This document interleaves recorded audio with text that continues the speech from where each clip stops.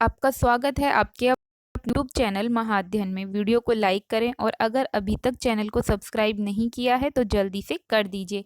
आज हम करने जा रहे हैं हमारी 8वीं की कक्षाओं के लिए हिंदी की वर्कशीट जिसका नंबर है 24 और आज हमारी तारीख है 17 दिसंबर। आपको याद है हमने अकबरी लोटा नाम का पाठ शुरू किया था जिसमें पति से पत्नी ने पैसे मांगे हैं और ये राशि है 250 रुपए और 250 रुपए देने का वादा कर चुके हैं झाऊलाल जी।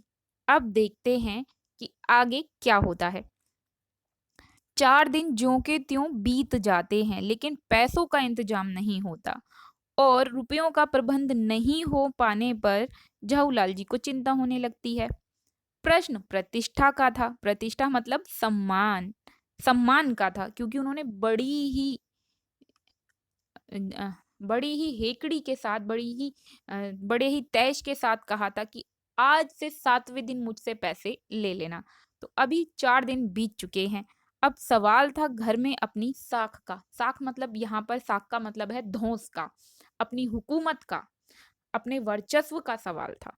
तो देने का पक्का वादा किया था और अब अगर वो पैसे नहीं दे पाएंगे तो पत्नी अपने मन में क्या सोचेगी कि वादा तो ऐसे ही किया और धन नहीं चुका सके या धन मुझे दे नहीं सके। और पत्नी की नजरों में अब झाऊलाल जी की क्या कीमत रह जाएगी, क्या मूल्य रह जाएगा अगर वो अपनी बात को पूरा ना कर सकें तो।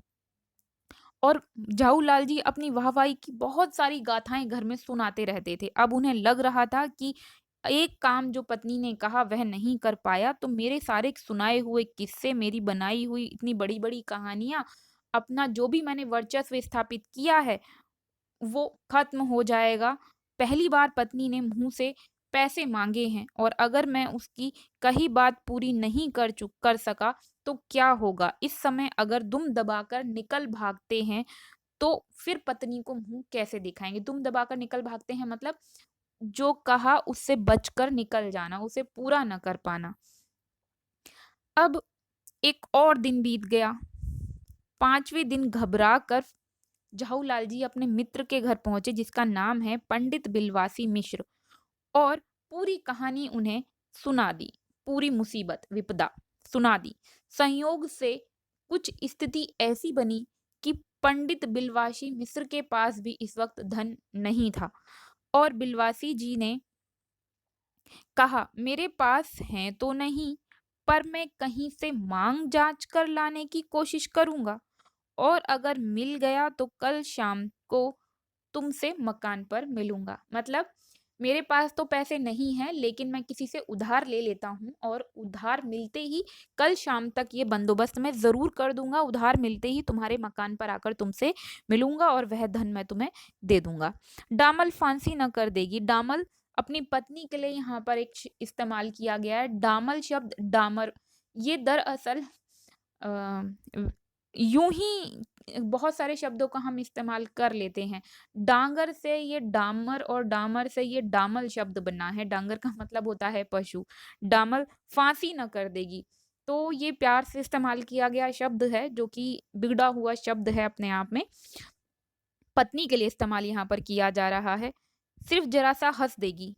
अगर मैं उसे धन नहीं दे पाया तो सिर्फ हंसेगी ही और कर भी क्या सकेगी इससे ज़्यादा। लेकिन फिर सोच रहे हैं कि वह हँसी कैसी होगी और ये सोचकर ही झाऊलाल को मरोड़ पैदा होने लगती यानी कि उनके पेट के अंदर उन्हें अजीब-सा महसूस होने लगता है कि इज़्ज़त का कचड़ा हो जाएगा यानी कि पूरी की पूरी इज़्ज़त खराब हो जाएगी अगर मैं पैसे नहीं दे पाया। वो मुझ पर हँसेगी, सिर्फ़ मुस्कुराने वाली मुस्कुराहट होगी या व्यंग्य के रूप में हँसेगी। अब देखते हैं आगे की तरफ। आज शाम को पंडित झाऊलाल छत पर टहल रहे थे।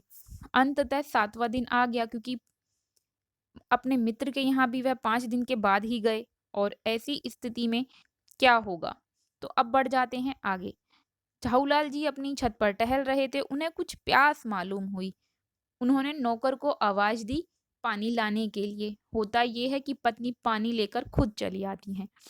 बिलवासी मिस्र को आना था, यदि न आए तो? ये बात अब झाऊलाल जी अपने मन के अंदर सोच रहे हैं। हफ्ते का अंतिम दिन, कल 250 रुपए या तो गिनकर पत्नी को देने होंगे और अगर नहीं दिए तो जितनी भी हेकड़ी है, जितनी भी जितना भी ताव है, जितना भी उन्होंने अपने घर में रुतबा वर्चस्व स्थापित किया है, उस सब से उन्हें हाथ धोना पड़ेगा। और यह सच है कि कल रुपए न आने पर स्त्री उन्हें क्या कहेगी कि वे इस धन का प्रबंध भी नहीं कर सके। यहाँ पर कुछ प्रिंटिंग में शायद मिस्टेक हुई है। इस पूरी लाइन का अर्थ वो है जो मैं आपको बता रही हूँ कि वह क्या कहेगी कि झाऊलाल जी जो इतनी बड़ी-बड़ी बातें करते हैं, रुपए का प्रबंध भी नहीं कर सके। तो चलो, अब हमने जो यहाँ पर पढ़ा, जो सीखा, उसका अभ्यास कर लेते हैं, प्रश्न उत्तर देख लेते हैं। आगे बढ़ने से पहले यहाँ पे डामल फांसी का एक अर्थ दिया गया है, आजीवन कारावास का दंड या देश निकाला। तो यहाँ पर डामल का एक और अर्थ भी बताया गया है, आप इसे भी देख लीजिए। डामल फांसी, आजीवन कारावास का दंड या देश निकाला। तो चलो ठीक है, ये भी इसका एक अर्थ हो सकता है, जो अर्थ मैंने आपको बताया वो भी एक सही अर्थ है। अब बढ़ जाते हैं आगे की तरफ। पैसों का इंतजाम न होने पर लाला झाऊलाल को कौन सी चिंता सता रही थी? तो पैसों का इंतजाम न होने पर लाला झाऊलाल को चिंता सता रही थी कि पत्नी के सामने हेकड़ी से हाथ धोना पड़ेगा। फिर दूसरा प्रश्न, लाला जी के मित्र पंडित विलवासी जी ने उनसे क्या वादा किया? उन्होंने वादा किया कि किसी से पैसे उधार मांगकर कल शाम तक इंतजाम करके उनके घर पर आकर उन्हें दे देंगे। अब बढ़ते हैं आगे की तरफ। अगला प्रश्न, लाला जी ने नौकर को आवाज क्यों दी थी?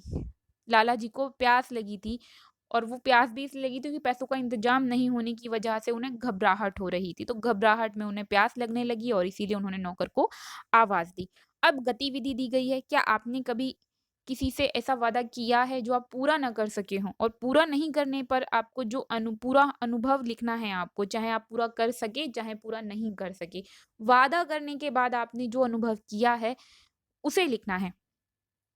वैसे मैं आप सभी बच्चों को बोलूँगी कि हो सके तो आप अपना कोई अनुभव लिखिए जब आपने ऐसा कुछ कहा किसी से और आप पूरा नहीं कर पाए या आप उसे पूरा करना चाहते थे, उस वक़्त आपकी स्थिति कैसी थी? और मेरे प्यारे विद्यार्थियों में कुछ ऐसे भी होंगे जो सिर्फ़ पूरी वीडियो को ना देखकर सिर्फ़ क्वेश्चन आंसर का पोर्शन निकाल कर और उतना ही कर लेने में समझदारी दिखा देते हैं। तो मेरे प्यारे विद्यार्थियों, मुझे पता है आप आंसर खुद नहीं लिखेंगे, इसलिए आपके लिए एक उत्तर मैंने यहाँ लिख दिया है। लेकिन जो बच्चे लिख सकते हैं वो ज़रूर अपने आप से खुद से एक उत्तर लिखने की कोशिश कीजिए, और इच्छा नहीं है तो आपके लिए आपकी टीचर ने यहाँ पर उत्तर लिख ही दिया है। यहाँ से देखकर अपना उत्तर पूरा कर लीजिए।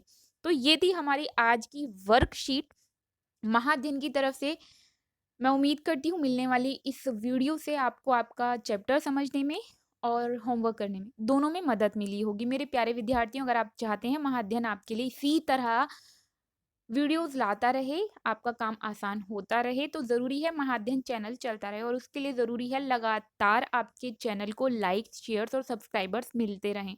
तो प्लीज़ इतनी मेहनत के बदले में एक लाइक तो बनता ही होता है। लाइक करना बिल्कुल मत भूला कीजिए, और हो सके तो शेयर भी किया कीजिए। और अगर आपने अभी तक चैनल को सब्सक्राइब नहीं किया है तो जल्दी से कर दीजिए। आपकी वीडियो के ठीक नीचे लिखा हुआ है रेड कलर से सब्सक्राइब, उसे क्लिक कर दीजिए। क्लिक करते ही उसका कलर हो जाएगा चेंज और अब वहाँ लिखा होगा सब्सक्राइब्ड। फिर मिलते हैं ऐसे ही वीडियोज़ के साथ, तब तक के लिए स्वस्थ रहें, खुश रहें, नमस्कार और धन्यवाद।